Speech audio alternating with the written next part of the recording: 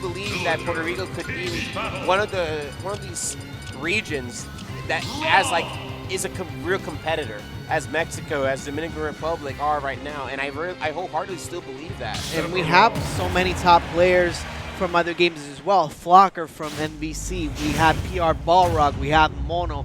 We do have the infrastructure. Now it's time for us to take advantage as we go into the next game of winner's side. Effectively, Sephiroth and Rob versus Villager and Peach.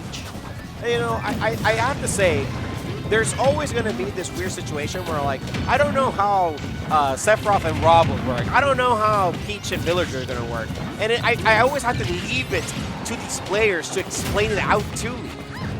And at first, I feel like these first minute and a half is just a lot of chaos until I understand, oh, so this is what they're usually trying to go. And I feel like right now it's just a 1v1, and I'm just like, come on, man, show me the team stuff.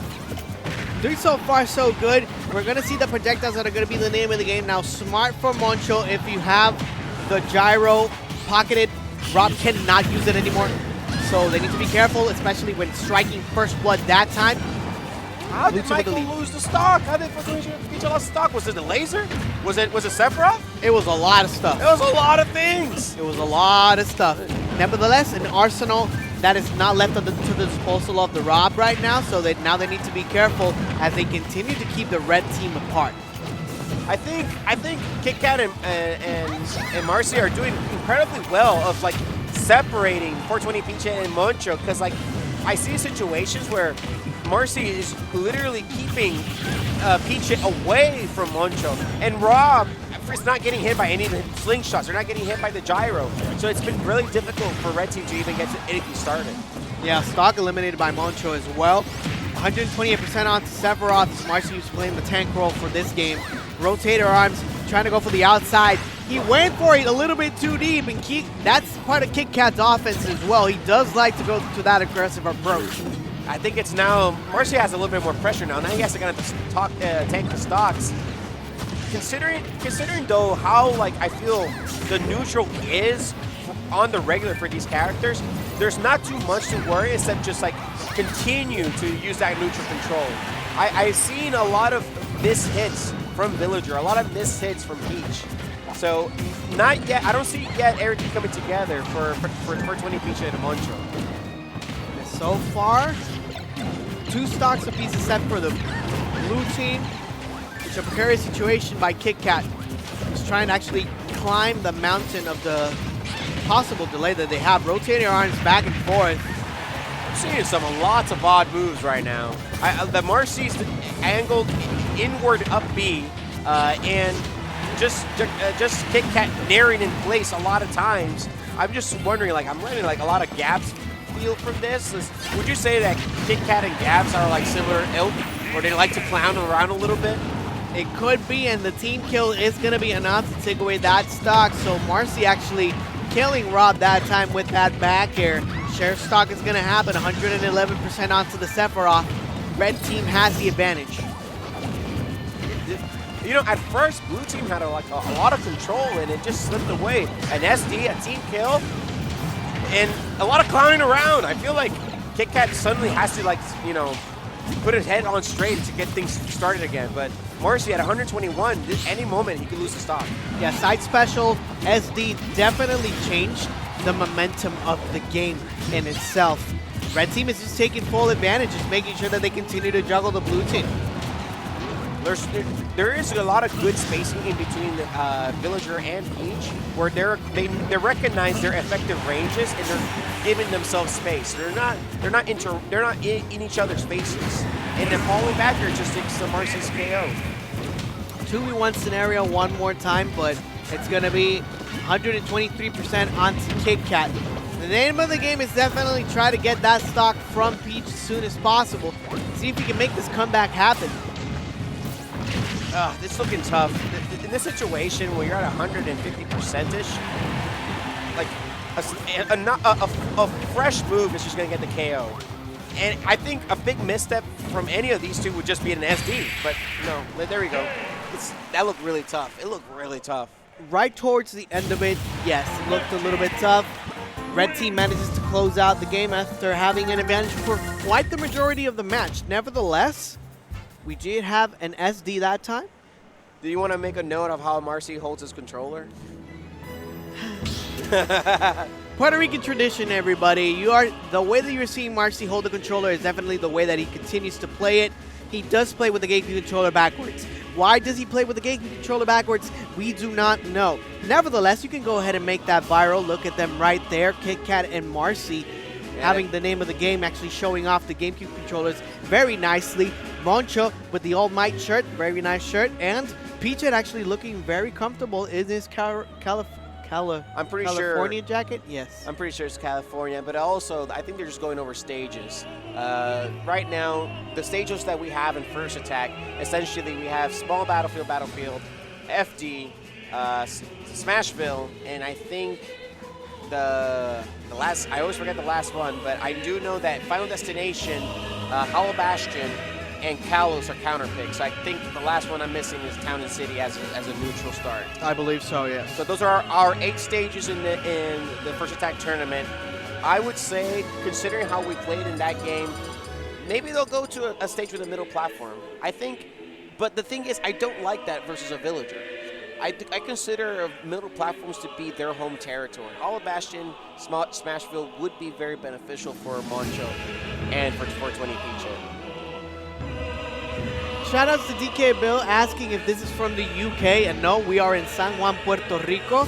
This is First Attack 2022, just having a little bit of Smash Ultimate Doubles fun as we see the players actually continue on now. Moncho and PeachIt actually had a little bit of an upset win, beating Ling and Lee% to advance into the next round of winner's side. So now Ling and Lee% are in loser's side. Now Chaz and Capitancito actually tearing it up in loser's bracket. We have other teams like Zonk and Sabito, Eval and XL0 on loser's side.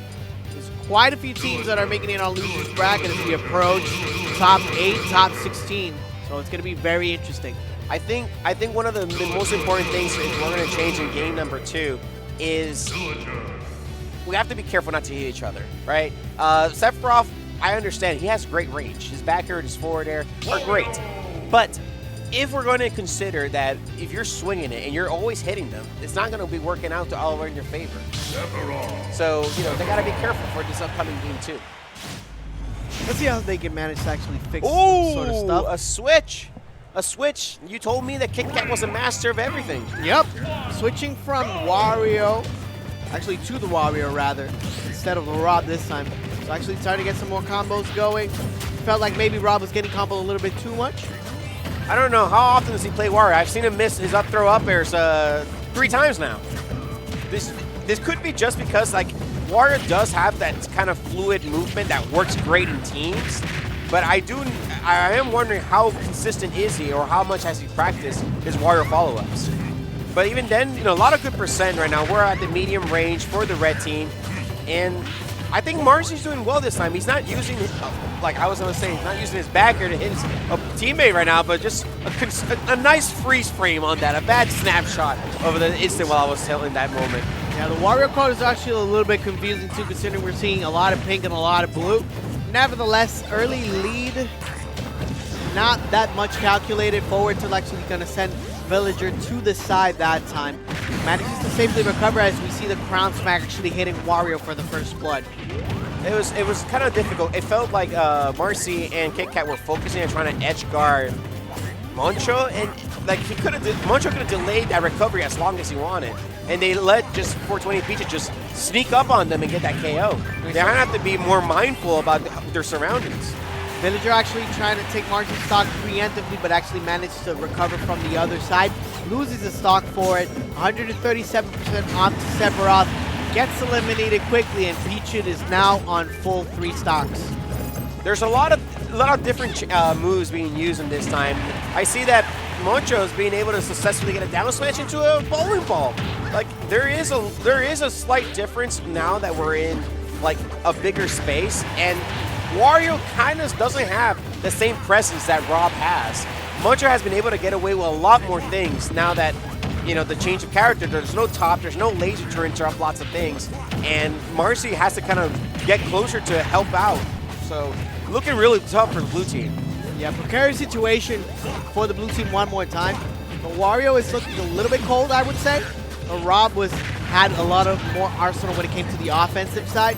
It's going to be up to KitKat to actually maintain the stock as much as possible.